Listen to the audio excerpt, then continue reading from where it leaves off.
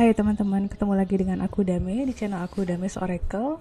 Pagi ini aku mau bahas tentang energi update bulan Juni. Nah, belum telat ya, masih tanggal segini. Dan sebelum ke kartu, aku udah shuffle sih, kartunya ada di sini. Sebelum itu kita bahas secara intuitif dulu ya. Jadi sebenarnya masuk bulan Juni itu aku sempat dapat kayak channeling gitu ya, tentang bagaimana kita tuh harus banget mementingkan kesehatan fisik gitu, karena zaman itu nggak akan semakin mudah, dan orang belakangan banyak menggembar-gemborkan tentang mental health, which is itu bagus banget, karena zaman dulu atau sebelum lah, kayak misalnya 10 tahun ke belakang, mental health itu masih merupakan, ini nyala kan ya, soalnya tadi gue udah ngomong banyak terus dia mati dong. Mental health itu merupakan hal yang sangat tabu, jadi dikit-dikit kalau orang misalnya mau ke psikolog atau merasa bahwa dirinya harus ke psikiater, itu langsung dicap jelek banget gitu sama masyarakat. By the way, sorry ya, belum mandi soalnya as usual. Nah, belakangan karena udah banyak yang aware, udah banyak yang berani, terutama tokoh-tokoh masyarakat atau selebgram itu mengangkat isu mental health. Lalu orang-orang juga jadinya berani mengklaim dirinya punya masalah mental health. Nah, lalu mereka mulai ramai-ramai melakukan terapi mental health, healing gitu ya. Walaupun juga akhirnya banyak yang menyalahgunakan label healing dan label-label kondisi psikis lainnya, itu jadi kayak dibikin sesuatu yang bukan klinis gitu, bukan hal yang diagnosis lah, hasil penyakit. Kita sering kayak gitu, akhirnya kemakan sama omongan sendiri. Kayak misalnya kamu misalnya cemas terus gitu, atau cemas sedikit cemas, dan kamu menganggap bahwa itu adalah anxiety disorder gitu, atau kamu punya gangguan kecemasan tanpa ke dokter, tanpa melakukan diagnosis resmi, dan sering banget ngomong, gue parno nih atau apa gitu kan, gue fobia ini fobia itu, tanpa benar-benar memahami artinya. Akhirnya kayak sugesti ke diri sendiri kan, gue ini gue itu, dan you start to believe that, mulai mempercayai itu, dan akhirnya kamu menciptakan penyakit sendiri atau masalah sendiri. Sedangkan bagi orang-orang yang memang sudah secara klinis dilabeli atau didiagnosis menderita yang lain tersebut, itu merupakan kayak jadi digampangin juga sama masyarakat, karena dipikirnya ya emang anak-anak zaman sekarang kan mudah sekali mengklaim dirinya A, B, C, D gitu. Jadinya yang serius beneran punya itu pun jadi dianggap enteng gitu. Itu ya pertama. Dan karena fokus banyak ke healing ini, lebih ke mental, jadinya orang-orang juga sering melupakan bahwa untuk menjalani proses healing, lo tuh butuh fisik yang kuat. Jadi kalau misalnya teman-teman ada yang pernah mengalami proses healing yang sungguhan ya, bukan healing yang kayak staycation gitu, pergi kemudian kerja lagi, terus nanti pas udah gajian pergi lagi dan menyebut itu healing, atau pampering kemana-mana kamu menyebut itu healing. Itu bukan healing. Healing itu prosesnya sangat nasty, sangat nasty, bahkan lebih painful daripada luka itu sendiri ya. Jadi kalau kalian sudah pernah nih merasakan healing yang sebenar-benarnya, adalah ketika kenangan itu muncul lagi dan semua sakit di badan akan muncul. Dan kadang-kadang orang suka keliru, dipikirnya sedang sakit, padahal itu adalah proses detox dan healingnya. Dan itu bisa berhari-hari sampai kamu bisa nangis tanpa alasan, dan rasa sakitnya tuh bener-bener nyata gitu. Jadi kayak misalnya kamu healing dari broken heart yang selama ini kamu pendem deh. Misalnya kamu udah pernah putus sangat harsh ya, putus cinta sangat harsh misalnya 5 tahun lalu, dan itu tidak terproses dengan baik. Tahu-tahu sekarang karena mungkin menurut Tuhan atau juga soul kamu sudah siap untuk let go, untuk healing, tahu-tahu kejadian itu teringat dan sakitnya tuh kayak fresh banget, kayak baru kemarin kejadian, dan bikin kamu akhirnya harus mengalami ulangan lagi gitu, kayak film tuh di rewind lagi, di replay lagi, tapi diharapkan dengan understanding yang beda, karena itu sudah 5 tahun yang lalu. Berarti diharapkan 5 tahun kemudian kamu bisa mengalami rasa sakit itu dengan lebih dewasa dan melihat bahwa oh ternyata kejadian itu punya hikmah gitu, punya pesan yang sangat kuat gitu ya. Jadi intinya teman-teman, kalau sampai sekarang masih suka males-malesan olahraga, please olahraga gitu, karena eranya ini tidak semakin sehat, buminya tidak semakin sehat, sedangkan misalnya kita nih sampai sekarang masih dikasih napas ya, belum dipanggil, itu kan berarti ada tugas yang harus kita selesaikan di bumi gitu, ada PR. Nah, gimana kamu bisa jalanin PR itu kalau fisik kamu nggak kuat gitu? Siapa tahu PR kamu adalah misalnya mengasuh orang tua atau mengasuh orang lain, atau misalnya bekerja keras di lapangan membangun sesuatu untuk masyarakat banyak. Nah, kalau itu aja kamu tidak membekali fisik ini dengan sesuatu yang layak, maka misi hidup kamu pun nggak akan bisa tercapai gitu. Jadi orang-orang kebanyakan ngerasa spiritual itu penting di rohani aja. Enggak, kita itu mind, body, and soul itu satu. Kalau satu lemah, yang lain nggak bisa berdiri. Makanya lihat deh orang-orang yang orang-orang zaman dulu kuat-kuat ya secara fisik gitu. Mereka makannya juga simple food, real food gitu, nggak macem-macem gitu kan, nggak dari restoran. Mereka hanya makan tahu, tempe, nasi yang benar-benar mungkin mereka tanam sendiri, dan hidup sangat seadanya, bukan karena mereka nggak punya uang atau bukan karena mereka nggak mampu, tapi tubuh ini, mereka tahu tubuh ini adalah wadah yang harus dijaga, karena tanpa ini misi jiwa mereka nggak bisa dilakukan. Ya kalau misalnya umurnya udah 50 nih sekarang, nggak masalah, ubah aja pola hidupnya gitu. Ini emang kesannya kayak sepele ya, aku nyuruh olahraga, tapi sesungguhnya orang tuh sangat lupa spiritual yang baik itu tidak melupakan fisik. Makanya ada yang mengubah pola makannya menjadi vegan atau vegetarian, ada yang tetap makan semua, cuman rutin puasa Senin Kamis. Itu sesungguhnya untuk meregulasi fisik supaya kuat. Ada yang tetap makan semuanya tapi tidak makan proses food sama sekali, jadi nggak makan semua yang makanan-makanan diproses, dia hanya makan makanan yang dari makhluk hidup. Jadi ikan tuh dia nggak makan file yang udah jadi burger gitu, nggak, dia makan ikan dalam bentuknya yang aslinya, ikan digoreng atau ayam digoreng, nggak dalam bentuk nugget gitu. Jadi teman-teman please take care of your body, jangan sia-siain, karena obat itu bukan jawaban ya, sayang gitu. Sayang, maksud aku, kita tuh lahir di dunia itu perbekalannya udah cukup, dari ruh, fisik, nafas, akal, pikiran, daya cipta. Itu sebenarnya kalau tidak terkorup atau tidak terpolusi, itu sudah cukup untuk menjalankan apa yang takdir kamu itu gitu loh. Itu pesan yang awal-awal Juni.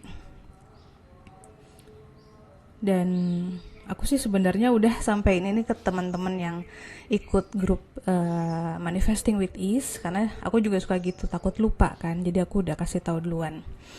Jadi intinya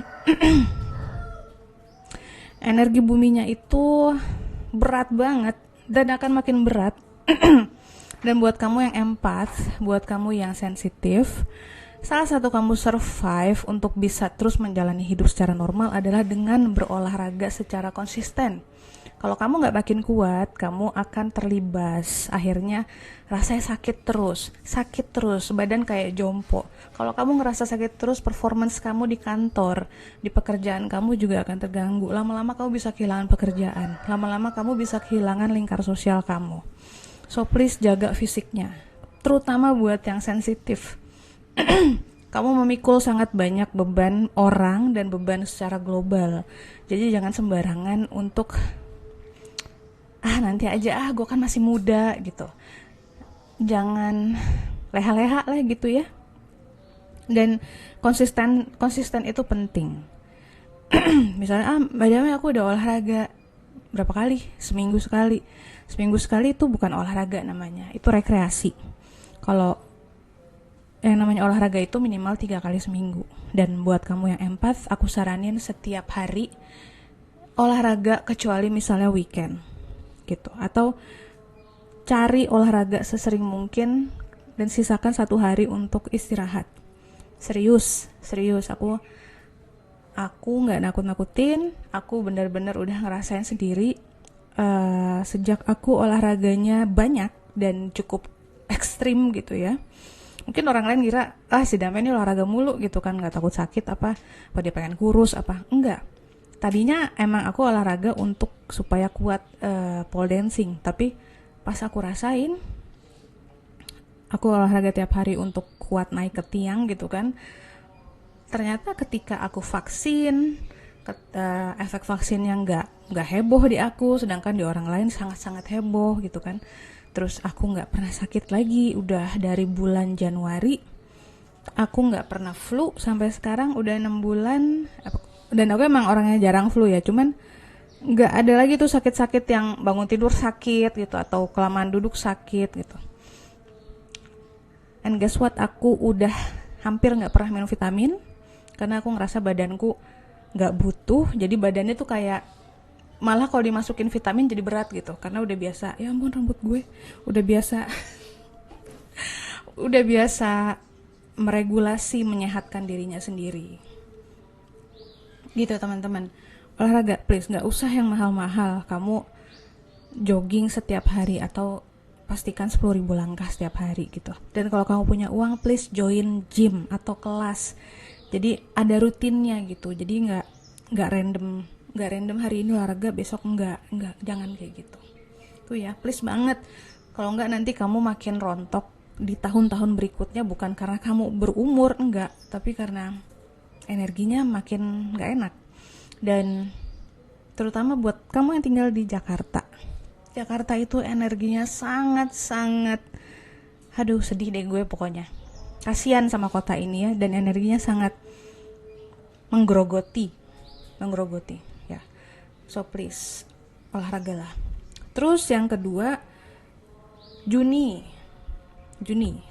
tadi secara general, dan sekarang khusus bulan Juni ini emang musim panas ya harusnya ya, udah tengah tahun, tapi Juni ini Juni yang basah aku ngerasanya, elemen airnya banyak sekali dan wajar, jadi itu akan sangat mempengaruhi emosi.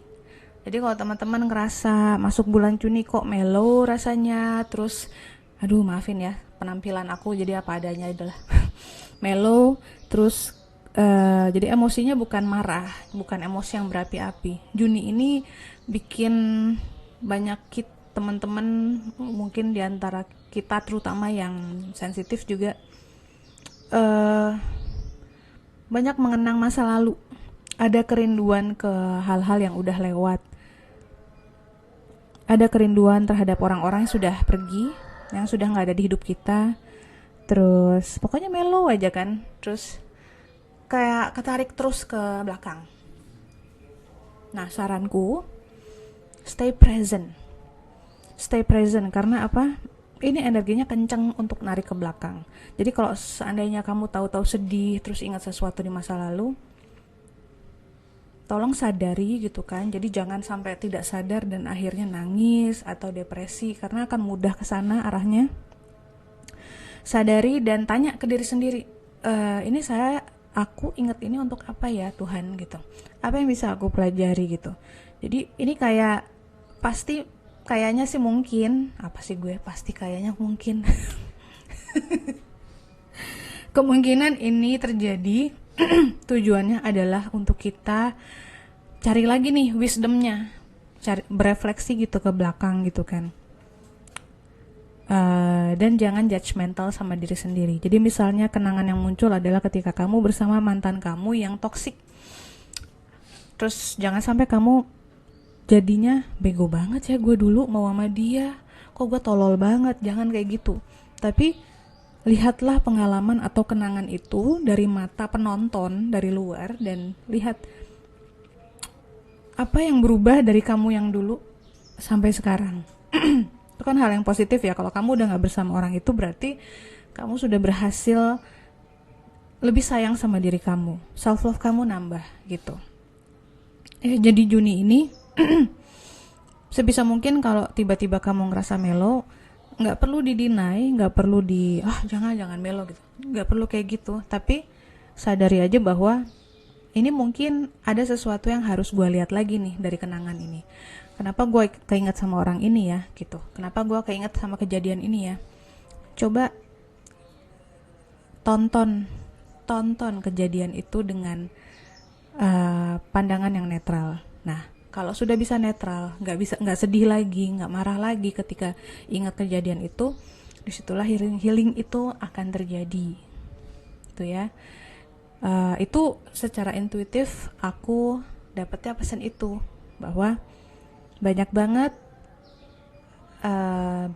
kesedihan yang melo-melo gitu, nostalgic gitu ya, perasaan nostalgic, rindu sama masa lalu, menganggap masa lalu mungkin lebih membahagiakan daripada masa sekarang, atau kayak banyak penyesalan, seandainya dulu gue begini begitu. Nah, Juni ini agak penuh sama itu, dan kalau dibiarin, maksudnya kalau kamu nggak aware, kamu nggak present, itu juga bisa mengganggu produktivitas gitu. Jadi senangnya kayak bengong aja gitu kan, terus jadi males kerja, jadi males ngapa-ngapain tuh. Nah sekarang kita ke kartu ya. Ini aku geser. Ini tadi aku shuffle, aku mintanya sih cuma 1, tapi keluarnya 2.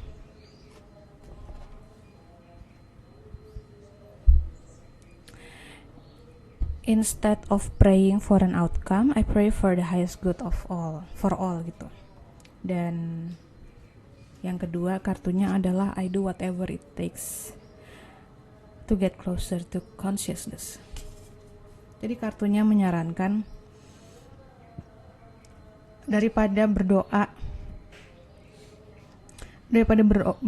untuk mendapatkan sebuah hasil. Ada kan ya, kita kan suka nih doanya kayak gitu ya.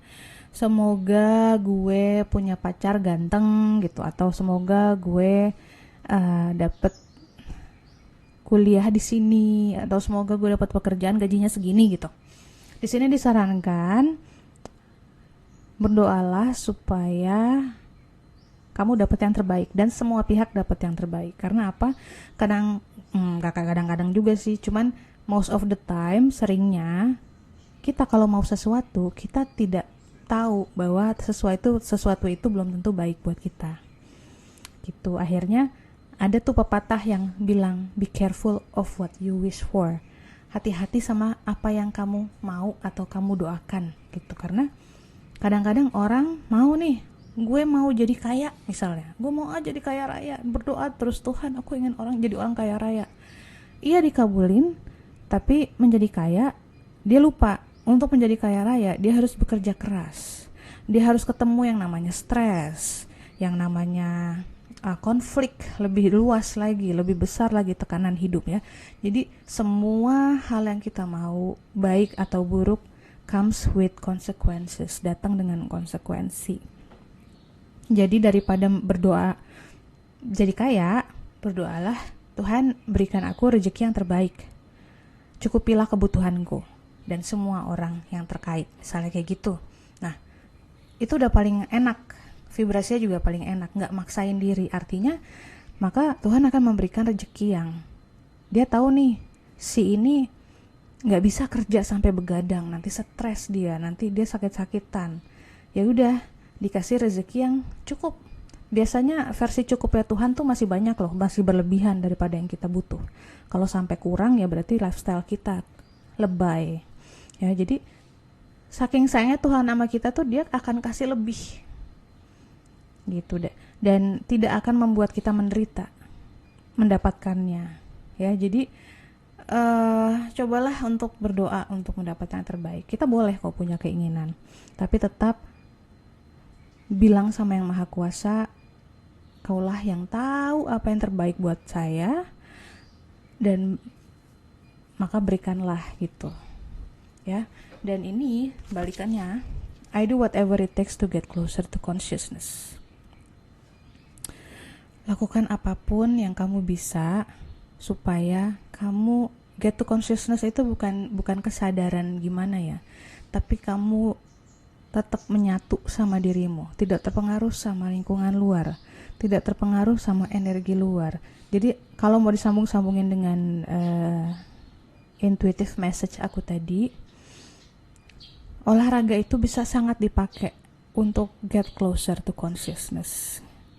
Karena ketika kamu banyak bergerak, kamu melihat gitu ya, melihat perubahan fisik, kamu berkeringat, kamu ngos-ngosan, kamu lelah gitu kan, kamu sebenarnya sedang grounding, dan itu akan membuat kamu semakin ajak di tubuhmu dan lebih aware lagi sama sekitar kamu. Ada seperti itu caranya. Banyak cara yang lain untuk mendekat kepada kesadaran. Being present, melakukan hobi, bermeditasi gitu kan. Tapi kalau sibuk kan susah ya meditasi. Melakukan hobi atau kalau aku sih sering bilang sama orang-orang sih banyak bergerak ya. Karena kalau kita diem sangat susah, karena pikiran kita kemana-mana. Jadinya kesadaran kita ketarik-tarik sana kemari, ke masa depan, ke masa lalu.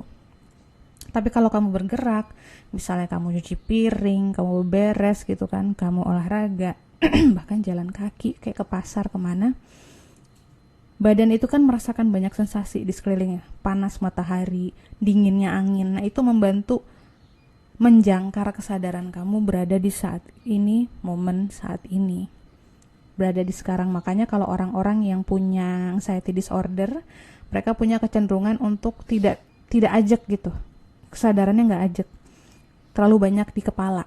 Nah, untuk membuat mereka sadar, kadang-kadang mereka harus mencubit dirinya sendiri, nyubit atau menyadari beberapa benda di sekeliling dia, menyadari ada bau apa nih sekarang, warna gitu. Jadi cara menjangkar kesadarannya, dia harus pakai semua indranya untuk bekerja. Nah, jadi ini sangat ngaruh banget karena energi Juninya ini kan aku bilang akan narik banget ke belakang. Untuk supaya kamu gak ketarik-tarik, lakukan yang tadi aku kasih tahu gitu. Lebih banyak aktivitas fisik, lebih banyak bercengkrama dengan orang, be alive. Kurangi banyak browsing, kurangi banyak baca buku, kurangi banyak kegiatan yang memakai pikiran di kepala, karena itu nanti tanpa sadar tahu-tahu udah kayak kesedot gitu kan, kesadaran kamu tidak ke present moment lagi. Jadi kayak laut gitu. Laut itu kan kalau diliatin enak ya, tapi kalau kita nggak aware, tahu-tahu kita bisa keseret ke tengah gitu. Terus yang terakhir ini banyak-banyak bersyukur juga salah satu jangkar untuk membuat kesadaran kita berada di present moment. Syukuri hal-hal kecil yang terjadi setiap hari. Kalau aku suka menyarankan teman-teman yang ikut kelas Manifesting with Ease punya buku bersyukur. Dan setiap hari sebelum tidur tulis hal-hal yang kamu syukuri hari itu, atau kejadian-kejadian yang secara ajaib terjadi gitu kan. Kamu udah lama pengen makan bakso ini, nggak taunya si ini bawain bakso kamu itu gitu kan. Jadi hal-hal kayak gitu bukannya hal sepele, sesungguhnya itu yang ketika kalau kamu baca lagi kamu akan aware bahwa hidup itu jalannya tuh di luar loh teman-teman, bukan di dalam kepala kita, jalannya di luar. Sedangkan dengan teknologi yang semakin maju sekarang, orang kebanyakan menjalani hidupnya di kepalanya sendiri. Jadi kehilangan banyak realita. Ya, gitu. Aku rasa pesannya itu aja. Semoga nggak terlalu banyak, nggak ngebingungin. Have a nice day, semoga sehat terus dan jangan lupa bergerak. Dan buat yang empat, jangan mager. Semakin kamu mager, kamu jadi selokan nanti. Tahu kan selokan itu cuma ngumpulin sampah dan gak mengalir airnya. Empat atau siapapun yang sensitif HSP, kalau kamu tidak bergerak, energi yang kamu serap dari orang atau global atau tempat akan stuck di kamu. Dan kalau nggak kamu bersihin dengan cara bergerak, lama-lama bisa jadi penyakit karena dia mengkristal di situ. Ya, karena energi nggak bisa musnah. Itu bukan hal mistis tapi ilmiah, fisika. Energi nggak bisa musnah, bisanya bergerak aja dia. So please jangan mager. Thank you for watching. Bye.